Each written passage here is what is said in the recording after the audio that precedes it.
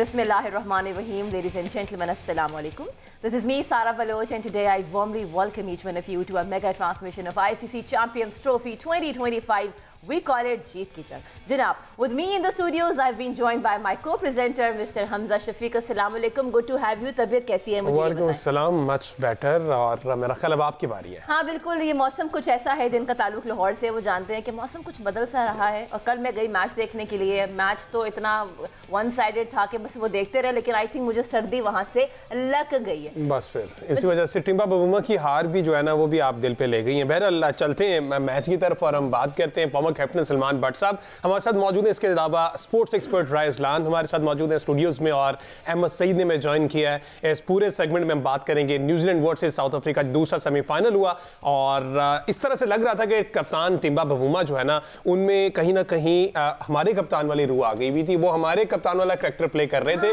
363 chase करना था और जिस तरह की इनिंग्स खेल रहे थे ना, सारा मुझे ऐसा लगा कि कल स्टार्टिंग से ही ना वो उन्होंने सरेंडर कर दिया. हाँ. मतलब कहीं पे लगा ही नहीं कि वो कहीं गेम में वापस आए. बट सलमान, मैं ये पूछना चाहूंगी, कल जिस तरीके से केन विलियमसन ने खेला, रविंद्रा ने खेला, मतलब the way they were playing against the spin, the way New Zealand has played against the spin and the way South Africa has played against spin, how differentiate can we talk about it? और आपने कैसे देखा उन दोनों की innings को?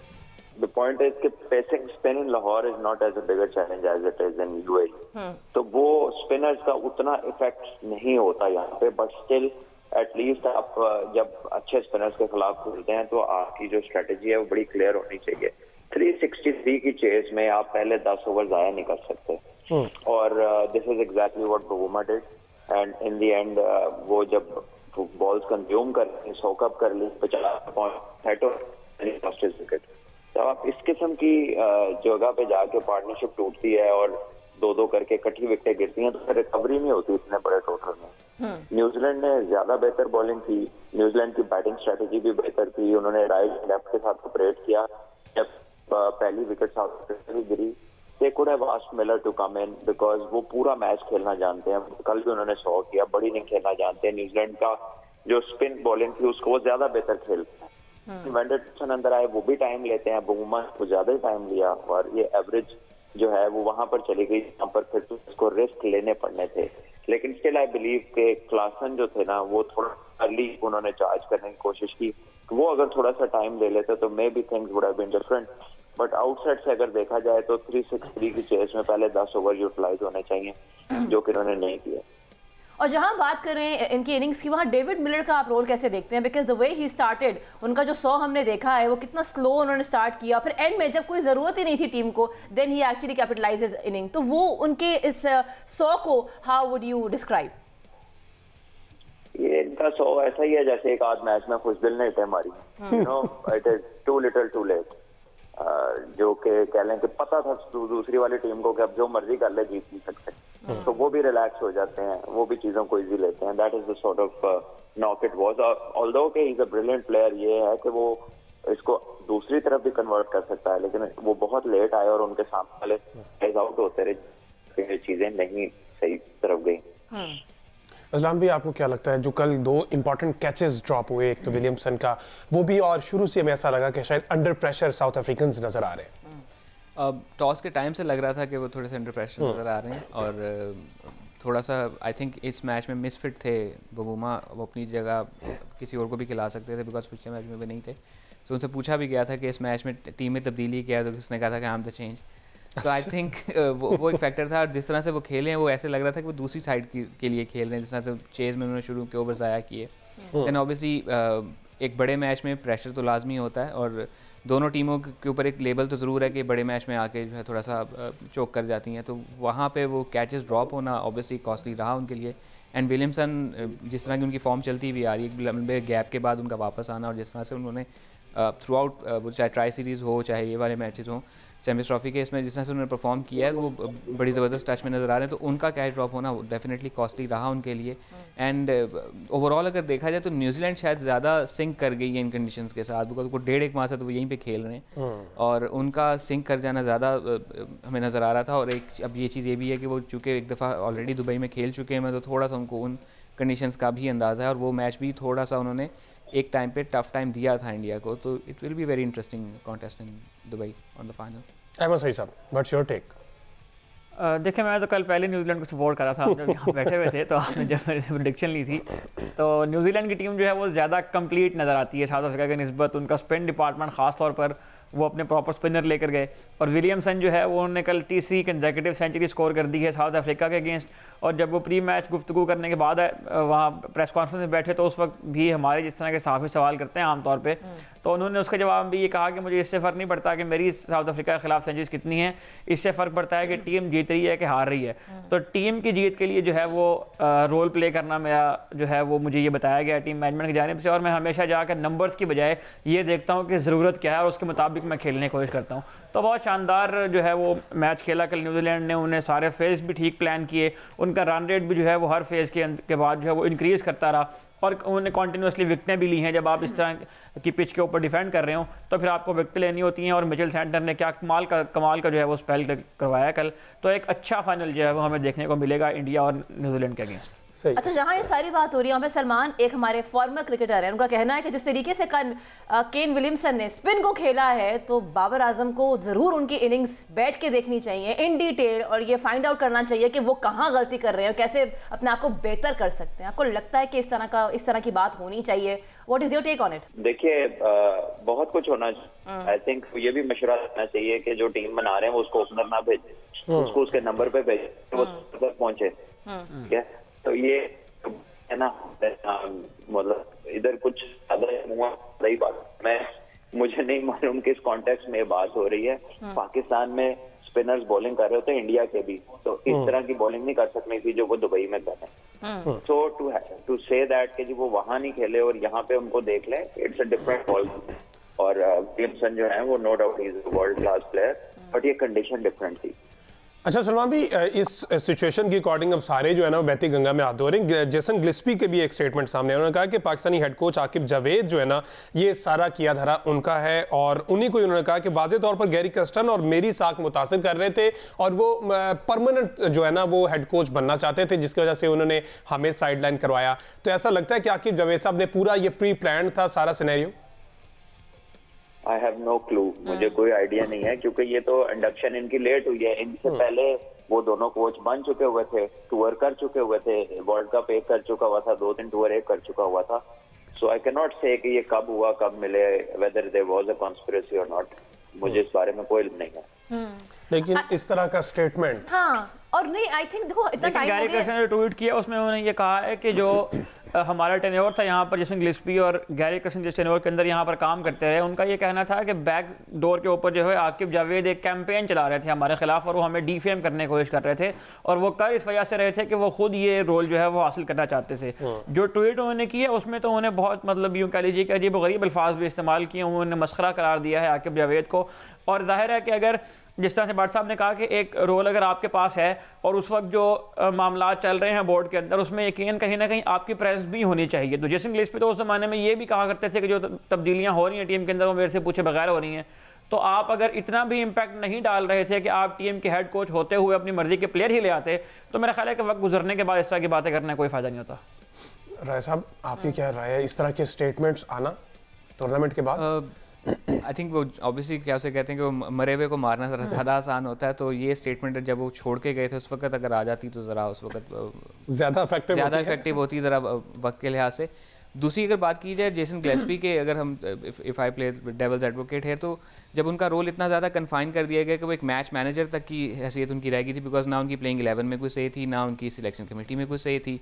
तो उसके बाद उनके लिए बेहतर यही था कि वो फिर बजाय इसके कि उनको कहा जाए कि आप चले ही जाएं, उन्होंने खुद बेहतर समझा कि मैं अपना ये रोल जो है वो ख़त्म करूं। और ऐसा ये हुआ ये कि वो एक कोच के साथ नहीं हुआ, उससे पहले गैरी कर्स्टन के साथ भी किसी किस्म के मामलात हुए, और उन पर भी हमने यहाँ पे ये सुनने को मिला जी वो अपनी मनमर्जी करना चाह रहे थे एंड ऑल। उसके बाद फिर गैरी कर्स्टन का इस तरह से जाना, एंड ऑब्वियसली फिर आकिब जावेद के मुतालिक तो ये कहा जा रहा था ना वो किसी और रोल के लिए आए थे, देन उनको सिलेक्शन कमेटी में इंडक्ट कर लिया गया, एंड देन को ऑब्वियसली हालात ऐसे थे कि उनको हेड कोच बना दिया गया। बट इन हालात में इस किस्म का बयान आना आई थिंक थोड़ा सा टाइमिंग ऑफ है इसकी। ये बयान अगर उस वक्त दे देते तो शायद ज़्यादा अच्छी हेडलाइन बन जाती इनकी। अच्छा, दूसरे एंड पे अगर अफ्रीकी बॉलर्स की बात की जाए तो सलमान जी समझते हैं कल स्विंग भी मिल रहा था, उस तरह से उस स्विंग को यूटिलाइज नहीं कर पाए। देखिए अगर बात की जाए 79 रन जेंसन को पड़े, 72 रन नगीडी को पड़े, 70 रन रबादा को पड़े, और ऑल्दो नगीडी ने विकेट्स लिए हैं लेकिन उस तरह की एग्जीक्यूशन हमारे सामने नहीं आई, जो स्विंग का फायदा उस तरह से हासिल नहीं कर पाए। लाहौर बड़ा ट्रू पिच है और अगर यहाँ पे आप अपनी लेंथ को मिस करेंगे और लेंथ और लाइन आपकी जो है वो एक्यूरेट नहीं होगी तो दिस इज मोस्ट लाइकली कि आपको रन्स पड़ेंगे चाहे आप जो भी। तो शॉर्टर साइड पे थी, अगर आप जडेजा की बैटिंग देखें तो बहुत सारे जो शॉट्स हैं उन्होंने ऑफ लेंथ पिक किए, तो वो आइडियल लेंथ नहीं थी और बैटिंग भी बहुत शानदार की है, इसमें भी कोई दो राय नहीं है। दे वर आउटस्टैंडिंग एज बैटर्स, कई बहुत अच्छी बॉलों को भी उन्होंने चौके मारे। सो आई थिंक दोनों तरफ से चीजें थी, एक तरफ थोड़ी शॉर्ट ऑफ लेंथ थी बॉलिंग और दूसरी तरफ बैटिंग बहुत आउटस्टैंडिंग थी। पिच जो है वो सबको पता है, लाहौर 350 तो पार स्कोर बन गया। अच्छा, ऑल्सो अगर हम दोनों की कैप्टनसी के ऊपर बात कर लें, कल एक तरफ बवूमा, दूसरी साइड पे Santner, what do you think what was the major difference that you have witnessed yesterday? Captaincy test होती है इन हॉट वाटर्स, वहाँ पे 350 रन लगे हों, वहाँ पे बड़ा कुछ आसान हो जाता है और बैटिंग बहुत अच्छी थी। New Zealand has made things easier for the captain, फिर बॉलिंग प्लान के मुताबिक की। बवूमा जो बेचारा वो टॉस पे ही परेशान था, फिर उसके बाद वो जब इंटरव्यू में आया उसने कहा कि हम पे प्रेशर पड़ गया था। यार 350 पे तो प्रेशर खत्म हो जाता है because you have to play, ठीक है। दूसरा तो आपको पूरा खेल पॉजिटिव खेलना है। So I don't know. I think he's, he's more cute rather than being on the tactical side of things. ये बड़ी बात की उन्होंने जो वो गिला कर दिया है कि जो आईसीसी का टूर्नामेंट की स्केड्यूलिंग है वो ठीक नहीं हुई है, लेकिन वो गिला भी उन्हें कल मैच हारने के बाद याद आया कि हमें बहुत ज़्यादा ट्रैवल करना पड़ा है। तो अगेन वही बात है कि बयानात का टाइम जो है ना वो मुनासिब होना चाहिए, इसीलिए वो बिल्कुल थके थके लग रहे थे कि उन्हें ट्रैवल बहुत करना पड़ा। एहतियातन ये वापस वो दुबई चले गए थे दोनों टीम्स और फिर वहां से वापस ही आना पड़ा। तो बहरहाल साउथ अफ्रीका के साथ हमेशा से ऐसा होता है। क्या वैसे स्टैट्स क्या कहते हैं, और हमेशा से मेरे ख्याल 23 के वर्ल्ड कप में डेविड मिलर ने 100 किया लेकिन ऑल इन वेन, और इस दफा भी ऐसे ही हुआ और ये प्रॉब्ली लास्ट आईसीसी टूर्नामेंट हो सकता है डेविड मिलर का। 35 साल के अब वो हो गए हैं, मेरा ख्याल है कि वो सिर्फ T20 फॉर्मेट को अब शायद वो कंटिन्यू करें और वो ओडीआई क्रिकेट से रिटायर हो जाएं। तो ये एक अच्छा चांस था, लेकिन जिस तरह से भट्ट साहब ने कहा कि कंडीशंस के अकॉर्डिंग अगर रिक्वायरमेंट्स के मुताबिक उन्हें ऊपर भेज दिया जाता तो वो ज़्यादा इंपैक्ट क्रिएट कर पाते। 2023 का आपने तज़किरा किया है, वहाँ पर भी अर्ली विकेट गिरने के बाद मिलर ने आकर 100 किया था, लेकिन वो मैच में वो जीतने में कामयाब नहीं हो पाए थे। तो साउथ अफ्रीका को अब न जाने कौन सा ऐसा मुझे लगता है कोई अमल ही करवाना पड़ेगा जिस तरह से वो मैच हारना शुरू हो गए हैं और जिस इस अंदाज में सारे वाक़यात इनके साथ हुए हैं। तो उनकी सिवाय यूँ कह लीजिए कि दूसरा स्पिनर उनके पास नहीं था केशव महाराज के साथ बॉलिंग करने के लिए, उसके अलावा जो तमाम जो रिक्वायरमेंट थी वो उनकी पूरी थी और साउथ अफ्रीका इस टूर्नामेंट की टॉप 4 बेस्ट टीम में यकीनन थी। तो अनफॉर्चुनेटली वो इसको कैपिटलाइज नहीं कर पाए, फाइनल में नहीं जा पाए और आई डोंट नो कि क्या करना चाहिए साउथ अफ्रीका की टीम को, क्योंकि बैड लक बहुत ज़्यादा है, बहुत ज़्यादा। I think it is not bad luck, it is about them not understanding कि कोई बात नहीं, ये भी एक और गेम है। हर आईसीसी जब भी कोई होता है टूर्नामेंट आईसीसी का, हम यही बैठे हुए होते हैं, ये डिस्कस कर रहे होते हैं। So yes, I think this is a time कि इनकलाब आए साउथ अफ्रीका की कैप्टेंसी में भी, ताकि वो जो क्या कहना चाहिए प्रेशर को मैनेज करना है जो है ना वो एड्रेस किसी न किसी अंदाज में होना चाहिए कि वो जो उन्होंने कोटा रखा हुआ है प्लेयर्स का, जिसकी वजह से समटाइम्स ऐसा होता है कि बहुत अच्छे प्लेयर जो है वो नहीं आते हैं और टिम्बा बवूमा के साथ 3 और प्लेयर जो उन्होंने रखे हुए हैं अपनी टीम के अंदर, ये खिलाना उनके लिए ज़रूरी है, ये उनके लॉ का हिस्सा है। अगर इस लॉ का भी थोड़ा सा वो सॉफ्ट कर लें, इसके ऊपर भी थोड़ी सी वो जगह बना लें, तो हो सकता है कि कोई एक आधा प्लेयर और इनकी टीम में ऐड हो जाए। जिस तरह स्टब्स बाहर बैठे हुए थे और इस तरह माजी में हमने देखा कि एडन मार्करम भी प्लेइंग 11 में 3 वो होना जरूरी है, 4 कलर प्लेयर होना जरूरी है उनकी प्लेइंग 11 में, स्क्वाड में नहीं, प्लेइंग 11 में। गुड, ठीक है, हम इस पर फर्दर बात करते हैं। हाँ, एक ब्रेक लेते हैं जी, ब्रेक के बाद वापस आते हैं, डिस्कशन कंटिन्यू करते हैं। Stay with us.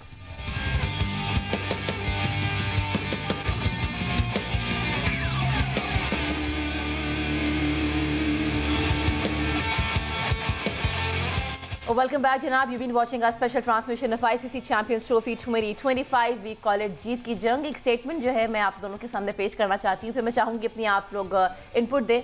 हमारे जो अब कैप्टन है T20 टीम के पाकिस्तान के, उन्होंने कुछ ऐसा कहा प्रेसर में. तो प्रेसर मुझे बड़ी नॉन सीरियस सी लगी उनकी, बिकॉज आप जब आते हैं एज अ कैप्टन तो you should make some sense. But what he said instead, we have to focus on our intent and approach. We have to improve that in modern day cricket, these things are very, very important. This is a young team and we want to play fearless cricket. This is a high risk cricket, which is a requirement in modern day cricket. यहाँ पे failures भी होंगे, लेकिन हमारी जो approach है, हमारी जो इंटेंट है वो पॉजिटिव होनी चाहिए. आपसे शुरू करते हैं राय जी. ये पूरी प्रेसर में उनकी जो बॉडी लैंग्वेज थी और बार बार 3 words, approach, modern day cricket, intent, मतलब उन्होंने, किसी ने उनके जहन में शायद वो नक्श कर दिया था कि ये आपने बार बार रिपीट करना है. हम बात करें नासिर हुसैन की, रिसेंट हमने वीडियो देखी जिसमें वो कह रहे हैं कि देखें जी, it's a time when England should realise के they should go back to the basics. मतलब इंग्लैंड बेसिक्स पे जा रहा है और पाकिस्तान कह रहा है कि okay let's play high risk cricket. What is your take on it? लेकिन दोनों के मसाइल डिफरेंट हैं, दोनों के मर्ज डिफरेंट हैं, दोनों की अद्वियात भी डिफरेंट होंगी. इंग्लैंड जिस किस्म की क्रिकेट खेल रहा है वो अफोर्ड कर सकते हैं कि वो थोड़ा सा अपने बेसिक को स्ट्रॉन्ग करें, बिकॉज वो बहुत ज़्यादा हाई रिस्क क्रिकेट खेलते हुए आ रहे हैं, जिसका उनको फ़ायदा इनिशियली स्टेजेस में हुआ भी, बिकॉज 2022 का वर्ल्ड कप उन्होंने T20 का जीता, 2019 में वर्ल्ड कप जीता उन्होंने, और उसके बाद उन्होंने जिस तरह से टेस्ट क्रिकेट को चेंज करके रख दिया, डोमिनेट करते रहे. थोड़ा सा हम पीछे कर जाएँ तो 2015 का जब डिबैकल हुआ था इंग्लैंड का, तो उस वक्त इन्होंने एक वाइट बॉल कमेटी बनाई थी जिसमें उन्होंने एक पूल बनाया था 35 से 37 लड़कों का कि यही लोग हैं जो अगले 3-4 साल खेलेंगे. और हमने फिर देखा भी कि उसके बाद फिर जिमी एंडरसन को वाइट बॉल क्रिकेट नहीं खिलाई, उनकी जगह डिफरेंट तरह के फास्ट बॉलर्स जो है वाइट बॉल क्रिकेट में इंडक्ट किए गए. एलेक्स हेल्स, जॉस बटलर, जो रूट, इन लोगों को प्रमोट किया गया इन वाइट बॉल क्रिकेट. और ऑब्वियसली फिर उसके बाद फिर हमने देखा कि नेक्स्ट एक टीम जो अपना क्वालिफाई नहीं कर सकी थी आगे, वो टीम वर्ल्ड कप जीतती है 4 साल बाद. वो टीम इवन नेक्स्ट ईयर ही वो फाइनल खेल जाती है T20 वर्ल्ड कप का, 2022 में वर्ल्ड कप का जीत जाते हैं T20 का. सो एक उनकी अप्रोच नज़र आ रही थी. अब उनका मसला ये आ रहा है कि मे बी अब एक टाइम, एक कोई भी जनरेशनल टैलेंट जो होता है, जो भी एक कोर होती है, वो 7-8 साल का एक पीरियड होता है, उसके बाद उसको फ्रेश करने की ज़रूरत होती है. मे बी इंग्लैंड का वो टाइम आ गया हुआ है. हमारे केस में भी वो टाइम आ चुका हुआ है. हमारे केस में वो टाइम इस तरह से आ चुका है कि जिस तरह की क्रिकेट हम 2020-21 में खेल रहे थे, जब कोविड टाइम था और पोस्ट कोविड टाइम था, उस वक्त वो बहुत ज़्यादा इफ़ेक्टिव थी इन एशियन कंडीशंस. हमने गो के ऑस्ट्रेलिया में जाके अपने T20 वर्ल्ड कप का फाइनल खेल लिया था, लेकिन हम फाइनल तक किस तरह पहुंचे थे वो भी हमें याद होना चाहिए कि हमने शुरू के मैचेस में स्ट्रगल किया था. हम तो जिम्बाब्वे से भी हार गए थे. उससे पहले जिस तरह की हमारी परफॉर्मेंसेस रही थी न्यूजीलैंड सीरीज़, या जिस तरह से हमने यहाँ अपने ग्राउंड में इंग्लैंड के अगेंस्ट खेला था, तो हमारी वो चीज़ें जो क्रैक्स होना शुरू हो चुकी हुई थी, जो कि अभी तक हमने फिल करने की कोशिश नहीं की. 2024 के वर्ल्ड कप से पहले भी कहा जा रहा था कि जिस तरह की अप्रोच हम लेके जा रहे हैं ये फेल होने की तरफ जा रही है, और वो हुआ भी. उसके बाद भी हमें कोई चेंज नज़र नहीं आ रहा. हमारी वही अप्रोच रही है, हमारी वही ज़िद रही है कि हमारे यही ओपनर्स हैं, हमने इसके साथ जाना है. बीच में साइम अयूब का परफॉर्म कर जाना हमारे लिए प्लस पॉइंट ज़रूर था कि बिकॉज उसने फिर कंटेस्ट करना शुरू कर दिया था कि ओपनिंग की पोजीशन के लिए मैं एक ज़्यादा स्ट्रॉन्ग कंटेंडर हूँ. तो हमें ये जो तब्दीलियाँ आ चुकी हुई क्रिकेट में, उसको अडॉप्ट करने की बहुत ज़रूरत है, बिकॉज हम उससे बहुत पीछे हैं. इंग्लैंड के लिए थोड़ा आसान होगा कि उन्होंने एक स्टेप पीछे जाना है. हम चूँकि पीछे रह गए हैं तो हमारे लिए वो बहुत ज़्यादा यार्ड्स हैं जो हमने अचीव करने हैं. बाकी जिस किस्म की हमने टीम बना दी है, वो बात यही की जा रही है कि this is pretty much a made to fail team, कि ये टीम फेल होगी और उसके बाद दोबारा फिर हम रिस्ट्रक्चर की तरफ जाएंगे. मे बी दोबारा से कप्तान तब्दील होने की तरफ आएगा, क्योंकि जो प्रेस रिलीज़ इशू की है PCB में, उसमें तो यही एक हिंट दिया गया ना कि इस चीज़ को 2026 का T20 world cup, Asia cup जो कि इस साल होना है, और 2027 का वर्ल्ड कप जो कि वनडे का है, उसको जहन में रख के बनाई गई है. लेकिन जब हम इस टीम को देखते हैं तो इसमें हमें बहुत सारे ऐसे अभी भी गैप्स और लूप होल्स नज़र आते हैं जो उससे पहले फिल होना बहुत ज़रूरी है, और उसके लिए अभी से काम करना होगा. मे बी इनमें से बहुत सारे खिलाड़ी ऐसे हैं जो 2027 के वर्ल्ड कप के लिए अवेलेबल ना हो. क्या हम उसके लिए तैयार कर रहे हैं? Because her white ball cricket के टूर्नामेंट में हमने लास्ट टाइम जब हम सारा के साथ एक और प्रोग्राम करते थे, तो मैंने कहा था कि हर वर्ल्ड कप से पहले हमें कोई ना कोई डिबैकल फिटनेस का या कोई ना कोई मसला आता है। हम कभी भी पोस्ट 1987 किसी भी वर्ल्ड कप में स्टेबल स्क्वाड के साथ गए ही नहीं। हर स्क्वाड में हमारे कोई ना कोई मसले आते हैं। कभी चलते टूर्नामेंट में हमारे कोई प्लेयर इंजर्ड हो जाते हैं, या टूर्नामेंट शुरू होने से पहले प्लेयर इंजर्ड हो जाए, या रिवोल्ट हो जाता है। अच्छा राय भाई, मुझे ये बताइएगा, भी आपने कहा कि 2027 तक हो सकता है कि इनमें से कुछ प्लेयर्स ना हो, तो ऐसे कौन से आपको लगता है, आपके नज़दीक कौन से ऐसे नाम है जो विद इन 2 ईयर्स, क्योंकि अब 2 साल रह गए हैं, तो इस 2 सालों में वो या तो इस क्रिकेट से अलग हो जाएंगे या फिर उनको हटा दिया जाएगा, ऐसे कौन से प्लेयर हैं वैसे? देखिए, जो भी खिलाड़ी इन द लॉन्ग रन आपको नहीं नजर आ रहा कि वो इस फॉर्मेट में फिट बैठ रहे हैं, तो उनको आपको उनके लिए ट्वीकिंग करनी 50 ओवर के फॉर्मेट में आपको इस टाइम कौन सा नजर नहीं आ रहा? सिर्फ एक कोई नाम बता देना ताकि रेफरेंस मिल जाए। देखें, आपने इमाम को टीम से ड्रॉप किया था ऑन द बेसिस कि he is not good enough. आप उसको टीम में वापस लाए, उसने 10 रन बनाए, उसको आप कंटिन्यू कर रहे हैं, और आपको अब्दुल्ला शफीक उस वक्त फिट इनफ नहीं लग रहा था टीम के लिए, आपने उसको इंक्लूड कर लिया। साउथ शकील जिसने इंडिया वाले मैच में सबसे ज़्यादा रन बनाए थे, स्ट्राइक रेट की बहस बाद में, लेकिन उसको आपने ड्रॉप कर दिया। हसनैन जिसको खिलाया ही नहीं आपने, उसको आपने ड्रॉप कर दिया जब हमारी टीम ने न्यूजीलैंड जाना है जहाँ पे कंडीशंस उसके लिए सूटेबल होंगी। तो हमारे इस किस्म के जो कम्बिनेशंस के मसले हैं ना, वो थोड़े से क्वेश्चन मार्क हैं।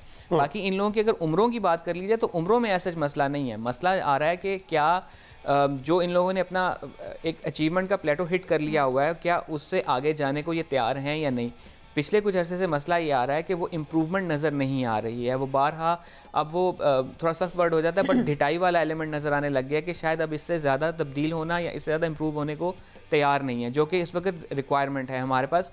एक के बाद दूसरा डिबैकल आया है। 2023 का world cup should have been an eye opener, चले नहीं खुली। 24 का world cup should have been an eye opener, वो भी चलो नहीं हुआ। अब 2023 का world cup should have been an eye opener, लेकिन उसके बावजूद हमारी सिलेक्शन कमेटी भी वही है जिस पे हम तनकीद कर रहे थे कि इसने क्या टीम बना दी है। हमारी तकरीबन मोर और लेस टीम भी वही है। जिन 5 खिलाड़ियों की बात हो रही थी कि इनको रेस्ट करवा लिया जाए, इनको डोमेस्टिक क्रिकेट खिलाई जाए, इनको मौका दिया जाए, इनको प्रॉपर प्लान दिया जाए कि आप ये अपने गोल्स हिट करो और आपके लिए दरवाजे खुले हैं, यू कैन कम बैक। वो किसी ना किसी शेप एंड फॉर्म में इस टीम में भी आपको नज़र आ रहे हैं। सो अगर आपकी तैयारी आगे की है तो फिर वो आपको अभी से तैयार करना होगी। हमारे साथ मसला यही हुआ था कि 2021 और 22 में हमने बेंच स्ट्रेंथ बनाई ही नहीं। हम उन्हीं 10-12 खिलाड़ियों के साथ खेलते रहे, और जब एक खिलाड़ी इंजर्ड हुआ तो हमें मसला बन गया कि अब world cup T20 world cup के लिए टीम क्या लेके जानी है 22 में। 2023 में नसीम की इंजरी के बाद हमें समझ में नहीं आ रही थी।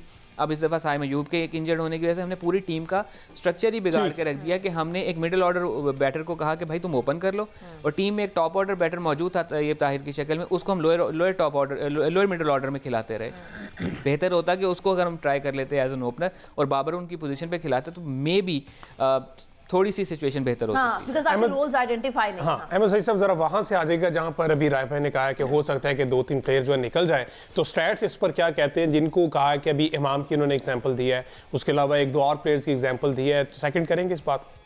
देखिए, सबसे पहले तो मैं वो जो इंटेंट वाला आपने सवाल पूछा है, मैं उसके ऊपर अगर आप मुझे कुछ बात करने का मौका दें। देखें, सबसे पहले तो वो जो आप जिसको रिलेट करते हैं ना कि ये वर्ड इंग्लैंड वाला इस्तेमाल करते हैं, तो इंग्लैंड वालों का जो प्लेयर्स होते हैं उनका ज़रा एकेडमिक बैकग्राउंड, उनका ज़रा ब्रॉट अप, उनकी जो उनका शू है ना, उसके मुताबिक वो वर्ड्स उन्हें सूट करते हैं। जब आप एक ऐसे आदमी को जो कभी यूँ कह लीजिए कि पिछले 10 सालों में उसने किसी स्कूल कॉलेज की शक्ल नहीं देखी, वो गली मोहल्ले से क्रिकेट खेलता हुआ आया, फिर क्लब क्रिकेट में आया, वहाँ से प्रमोट हो गया, उसने PSL खेली है और PSL खेल कर वो पाकिस्तान की टीम में आया है।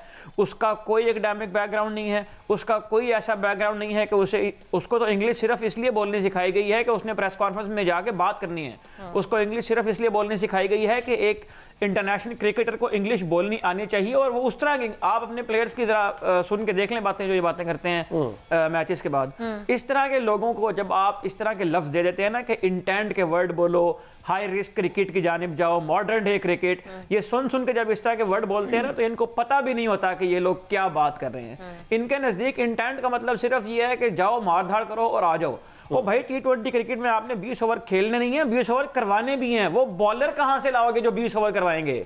इंटेंट सिर्फ ये नहीं है कि आप जाएं और मार धाड़। इंग्लैंड ने क्या किया? इंग्लैंड ने ये किया है कि 2015 के बाद, जिसका अभी अदलान भाई ने बात की, उन्होंने उन कंडीशंस के अकॉर्डिंग प्लेयर बनाए, क्योंकि 2019 का वर्ल्ड कप उन्हीं कंडीशन में होना था। उनकी कंडीशंस के अलावा कहां उन्होंने परफॉर्म किया? मुझे ये बताएं आप, कौन से ऐसे एशिया में होने वाले बायलैटरल सीरीज, चले बात कर लें, आप ICC इवेंट छोड़ दें, आप बायलैटरल सीरीज की बात कर लें, कहां उन्होंने परफॉर्म किया है? इंडिया वो आते हैं 4-4 टेस्ट मैच हार के जाते हैं, पाकिस्तान की तो चलो मतलब हमारा तो बेड़ा ही गरक था ना, लेकिन जब हमने यहाँ पे स्पिन विकेट बनाई है, कौन सा ऐसा प्लेयर, हैरी ब्रूक ने ट्रिपल सेंचुरी की थी, उसके बाद हमने स्पिन विकेट बनाई, उससे खेला ही नहीं गया। तो भाई बात यह है कि इंग्लैंड जो है वो इसलिए कामयाब था कि इंग्लैंड ने कंडीशंस के मुताबिक प्लेयर तैयार किए, उन कंडीशंस के अलावा उनसे भी कहीं नहीं खेला जाता।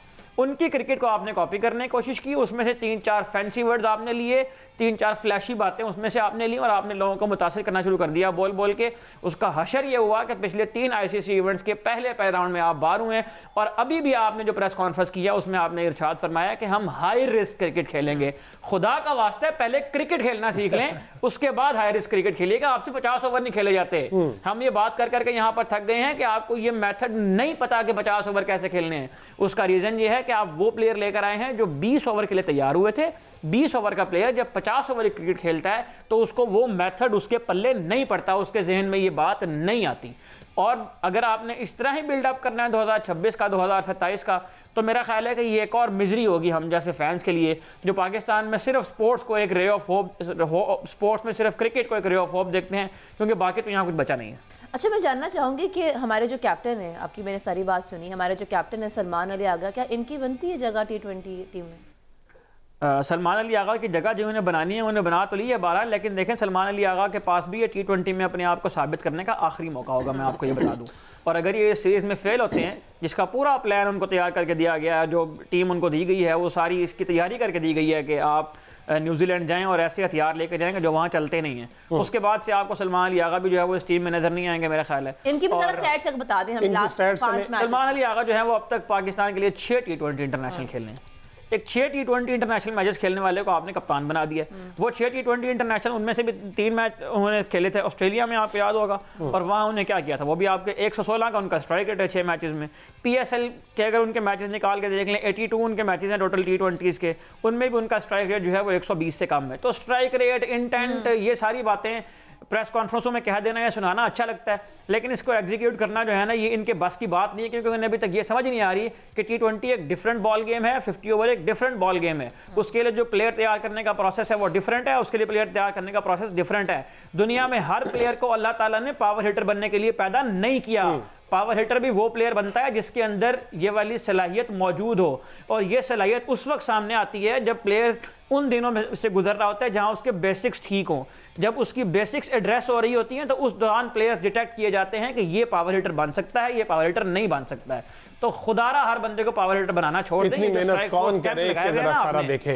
ये जो स्ट्राइक फोर्स कैंप आपने लगाए हुए हैं ना, जहां पर आप प्लेयर्स की जो आर्क्स हैं वो भी खराब कर रहे हैं, जो वीडियोस वहां पर आ रही हैं उनको देख देख के, मतलब जो प्लेयर का नेचुरल टैलेंट है ना, उसकी बजाय आप उससे पैटर्नाइज कर रहे हैं, उसे एक पैटर्न के ऊपर लेकर चलने की कोशिश कर रहे हैं। तो इससे जो है ना कोई तब्दीली आने वाली नहीं है इन द लॉन्गर टर्म। आप देखिएगा, अगर T20 पर आप एम्फेसाइज करते रहे तो आपकी T20 गेम भी मजीद खराब होगी। 50 ओवर टेस्ट को छोड़ दीजिए। ठीक है जी, एक ब्रेक लेते हैं, अगले चंक में बात करते हैं राजस्थान से कि जनाब क्या पाकिस्तान क्रिकेट टीम की कप्तानी करना इतना ही आसान हो गया कि जनाब जिसने सिर्फ 6 T20 खेले उसे पाकिस्तान क्रिकेट टीम का कप्तान ही, ये कप्तान का लेवल कोई छोटा लेवल नहीं होता, ये छोटा टैग नहीं होता। इन्होंने उन 11 को रिप्रेजेंट करना है, साथ साथ 26 करोड़ आवाम के भी रिप्रेजेंटेटिव होते हैं। बहरहाल ये सारी बातें जो अहमद सईद ने बताई हैं, इस पर गौर करना बनता है, क्योंकि जिस तरह से सलमान अली आगा की उन्होंने बात की कि सिर्फ 6 T20 मैचेस खेलने हैं और उनको कप्तान बना दिया गया, और ये पावर हिटिंग और ये सारी चीजें जो हैं, इस पर PCB को सोचना चाहिए। आज के शो से इतना ही।